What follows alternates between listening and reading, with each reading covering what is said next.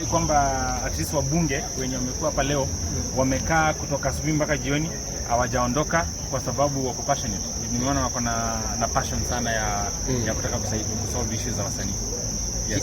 Kililio chako kwa kama msanii ni kipi na nini hasa ungependa uone kifanyika katika masuala ya kubadilisha sekta? Mimi ningetaka tu Sigei afutwe kazi correct, na kama inawezekana afungwe, kama pia kama haizi fungwa fukuzwe aidha apelekwe Sudan ama aende Somalia na tupo huko nje. Na unasemaje kuhusu na ile royalties ambayo mko anajuzi? Royalty mimi nazielewa kama mtu mzima. Mimi ni mtu mzima. Upcoming artists wengi ndio wanaongea tu. Unajua lazima uongee kutoka kwa point ya uko na information. Ni hivi. 2015 2016 MCSK ilikuwa na collect 370 million na bado ilikuwa imeibiwa. Tulikuwa nagombananga hiyo time na kina Maurice Okoth kwa sababu walikuwa hiyo ndio imetangazwa, lakini wamekula kama milioni 50 na zingine. So that means hiyo time wasanii tulikuwa nakotanga zaidi ya 400 million 2014 2015. Saa hii atuokoti hata ifiki 50. CMOs tatu tukiweka pamoja zinaokota 80-30. Naona si hapo. So badala saa hii tukikuwa tunakuta 1 billion, kuna mtu amekuja kamesi vitu. Huyo mtu ndio anaitwa Sigei. Ni venye tu mimi nimeokoka. Ningekuwa sijaokoka ningesema Anyongwe, lakini sasa hivi venye tu nimeokoka ninasema atumsamehei, tunataka afutwe kazi kwa sababu muziki ni biashara. Sisi wasanii ndio tunachukua loan, tuna invest kwa muziki. Tukisha invest kwa muziki, unapata kuna mtu yeye anaenda kuchukua hongo kwa mtu, ndio wasanii wasipate kupata royalties zao. Si unaona? So ni mtu afai kuwa hata hai. Ndio tumesema kama anaweza tumwa Sudan mahali wanapigana huko, kama anaweza pigwa na bullets za huko, stray bullets by mistake, tunaweza fry. Na ulipata shilingi ngapi hapo tu?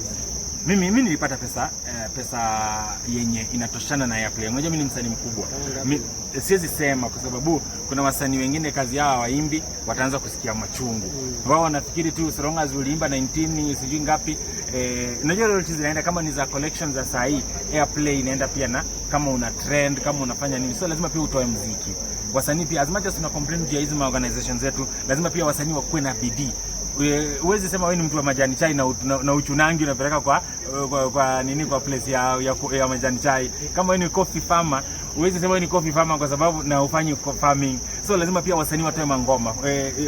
Wasanii wa kulima kwetu ni kutoa mangoma na tungangane. Ndio wabunge kama saa hii nimesikia wabunge wakisema wanataka ku make sure kwamba ile music inachezwa Kenya ni ikuwe mostly ni ya Wakenya, kama ma TV zitaki zifungwe. So yani si wasanii tunasema, wabunge ndio wanasema. So unaona wanaanza kuongea wenye tunataka. So naona ni kama kunaweza tokea mambo mazuri kwa hii bunge ya saa hii. Kuna vile imenikalia tu, naona kuna vile. Na Ringtone kidogo wanasema kwamba umekuwa chini ya maji kidogo sana. Chini ya maji lazima kwa sababu ukiangalia hata shark ama nyangumi ama papa zote ukiona zikinyamaza sana, unaona ndio zinatokea na kitu. Ukienda kwa maji, mahali unapata maji inapiga kelele, jua hakuna kitu. Mahali unapata maji imenyamaza, ujui nini inatoka hapo chini. Sasa kisa ukiona wakati Ringtone amenyamaza, ujui nini inatokea. Kuna kitu mbaya sana ama nzuri sana itatokea. Kolabu moto ama wewe usijali. Unajua mimi ni mnoma. Unajua mimi ni mtoto wa Simba wa Yuda. Sasa mimi najua sometimes Simba tunaendanga chini, ndio tukitoka tunatokea ngori. Mbarikiwe.